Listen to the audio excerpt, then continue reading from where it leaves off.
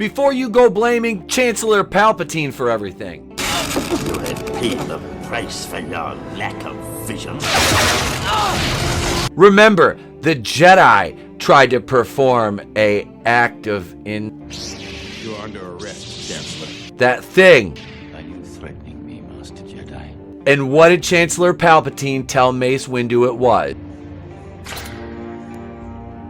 It's treason, then. So truly now we know it was the Jedi who were the problematic ones. The Jesus. So the Jedi don't stand for justice now is what these weirdos are saying. You know what? Monkeys, roll the footage. It's all led up to this. Yeah, that works. I like all right, it. okay. All right, moving on. Hey, what about Tula?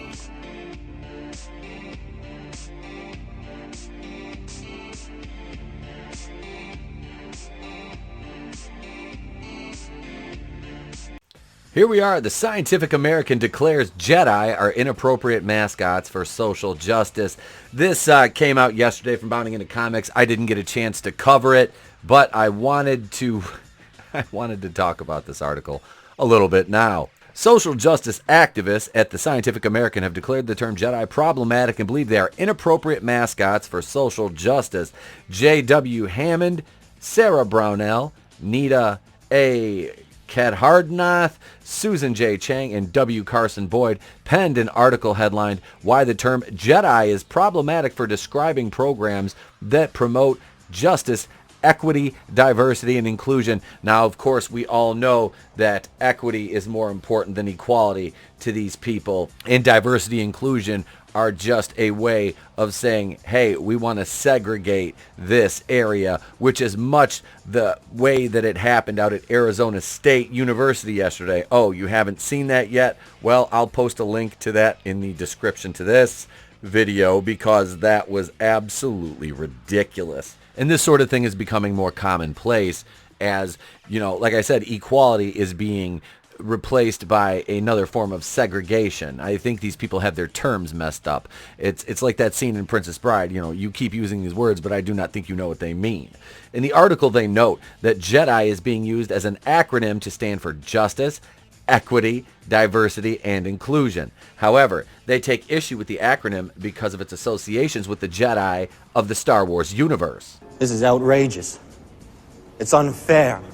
They specifically claim that Jedi are inappropriate mascots for social justice. As for why, they immediately point to race. They are a religious order of intergalactic police monks prone to white saviorism and toxically masculine approaches to conflict resolution, violent duels with phallic lightsabers, gaslighting by means of Jedi mind tricks. The Jedi are also an exclusionary cult, membership to which is partly predicated on the possession of heightened psychic and physical abilities or force sensitivity, they add. Yada, yada, yada. Yes, because, being born genetically better or superior is not supposed to be rewarded or celebrated as much as it is shamed and mocked and told that you're not supposed to be better. You're supposed to be just equal with everybody else, especially if you're a toxic white male. You've got to do better. First off, it's unclear why the Jedi, being a religious order, is wrong, or acting as a police force is wrong. That seems to be a reflection of the author's views rather than anything else. I think there's a word about discriminating against one's religion. Secondly, the claim of white saviorism rings hollow, given one of the main leaders of the Jedi Order is Mace Windu, played by Samuel L. Jackson. I don't remember asking you a goddamn thing. Thirdly, while some of the authors claim to be Star Wars fans, it's clear by these first couple of sentences they didn't really pay attention to the movies. In The Phantom Menace, the Jedi are sent to peaceably resolve the trade dispute between Naboo and the Trade Federation. They only respond in a violent fashion after the Trade Federation attempts to kill them. But go on about violent duels and toxically masculine approaches, whatever that phrase even means. The gaslighting claim is hilarious, as this entire article is an attempt at gaslighting Star Wars and the Jedi. Yeah, and that's another thing is, if you know anything about Star Wars, you know the Jedi even said, Mace Windu even said, and Yoda, we're not soldiers, we're peacekeepers. And, that's the thing, is they made all the Jedi's generals by default after they, started to use the clone army. And it really put them in a role they weren't comfortable with, because they even said, there's not enough of us to police, everything you need us to police, so you need to do something. And that was not the role of the Jedi. Yeah, they didn't want that. They didn't ask for that. And the Jedi were a diverse group. There was so many female Jedi that they just didn't get the screen time they deserved. Luminara, you had Ayla Secura. There was so many. And I don't know all their names because they didn't get the screen time, and I'm not an EU guy. But they showed some of them in the battle on Geonosis, a lot of them as a matter of fact, and then in various segments, in the council chambers when they were assembling before Senator Palpatine, Chancellor Palpatine later on. So yeah, that was it's such a straw man argument these people are putting forward about the Jedi being white saviors and toxic. They basically want to say toxic white males, and they do, But yeah, having Mace Windu be one of the most powerful Jedi and, the leader of the council outside of Yoda is really, it really puts the death blow to their, otherwise, like I said, it's a straw man. After making these ridiculous claims, they would go on to make some more strikingly force-wielding talents and narratively explained in Star Wars, not merely in spiritual terms, but also ableist and eugenic ones. These supernatural powers are naturalized as biological hereditary attributes. So it is that force potential is framed as dynasty property of noble bloodlines. For example, the Skywalker dynasty, and they hate Luke Skywalker.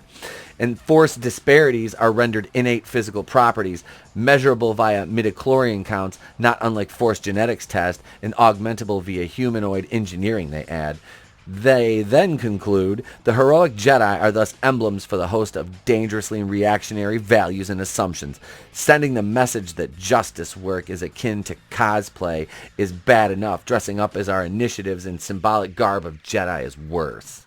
As defined by Merriam-Webster, eugenics is the practice of advocacy of controlled selective breeding of human populations as by sterilization to improve the population's genetic composition. This is not practiced in Star Wars by the Jedi Order. This claim is absurd, and to claim that checking your midichlorian count is like a forced genetics test is dumb as well. Doctors check all kinds of things in your body when they take blood and pee samples, and no sane person is comparing those to eugenics or ableism. These people have no idea, no idea, and they're nor do they know what eugenics is, obviously. Not only are the Jedi problematic in their minds, but they claim Star Wars has a problematic cultural legacy. They explain the space opera franchise has been critiqued for trafficking in injustices such as sexism, racism, and ableism. Think, for example, of the so-called slave Leia costume, infamous for stripping down and chaining up the movie series' first leading woman as part of an Orientalist subplot. Stupid! That saw her kill her captor, who was huge, much larger than her, with her bare hands and a set of chains that bound her, and then freed herself. No, but that's not empowering a female character. Please go on. Clearly these arguments are getting more and more absurd, and it's even more obvious they didn't watch the films. The guy who captures Princess Leia for trying to free Han Solo from his clutches is Jabba the Hutt, and I do my hair toss, check my nails. Baby, how you feeling?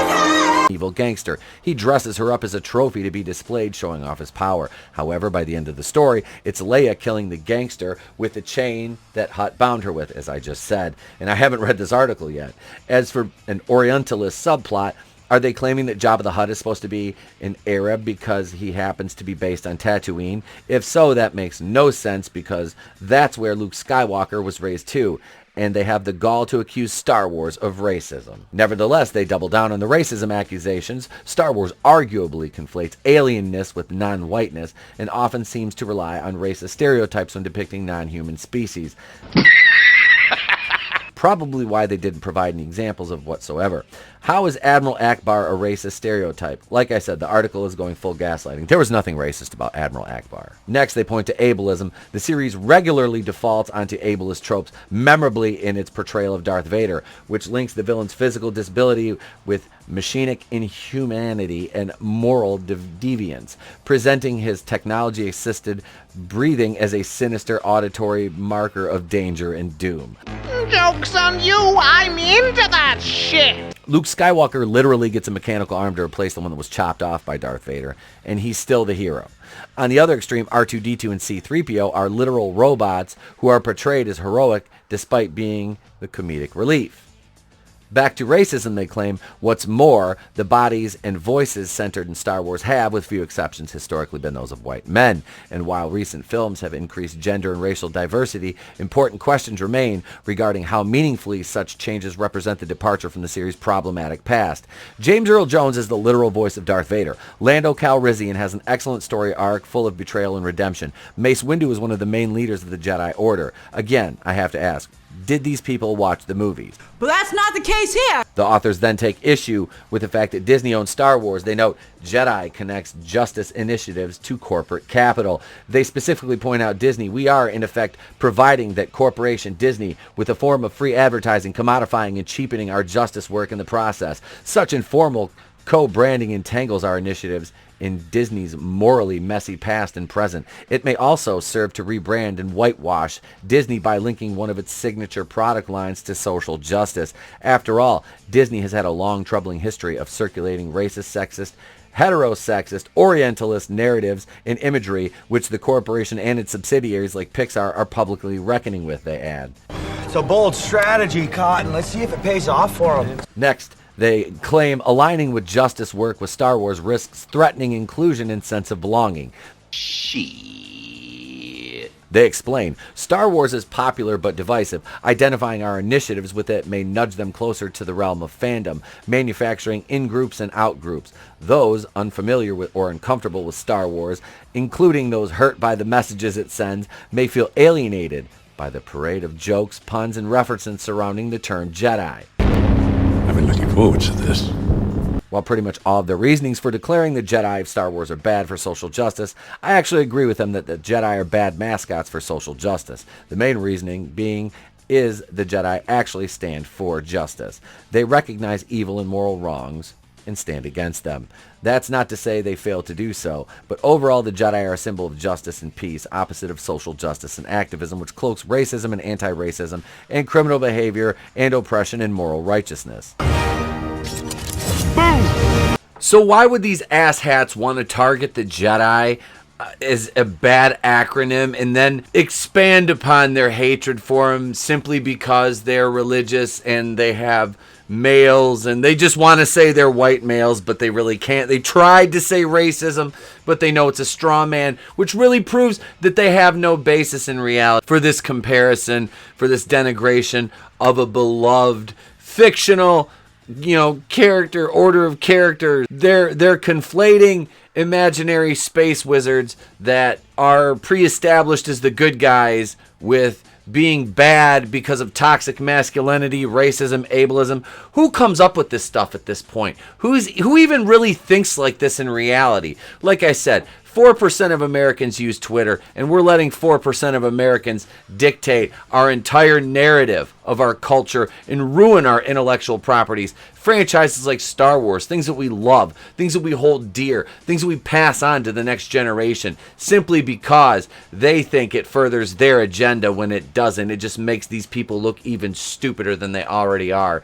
This was a great article by John Trent. Glad to have covered it for you guys. There's more coming up on the channel. But until then, if you haven't yet, subscribe for more great content. Remember, going in raw, we will, of course, be playing a little bit of Keeping It Sexy. Yes, the board game with Kenny G, where you use the power of jazz to win the day. Help Kenny G, the world-renowned saxophone superstar, keep his groove through a hectic day. Work together to overcome uncool events, detangle those luscious locks, avoid rush hour traffic without missing a brassy beat. It's a soothing combo of strategy and cooperation. Even includes a little wooden Kenny G mover.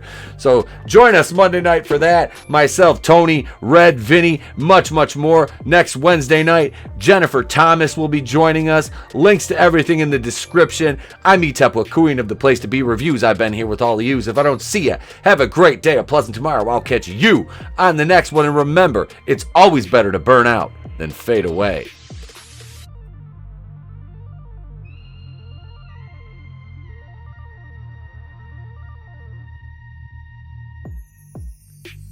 Check the link in the description for the Teespring store.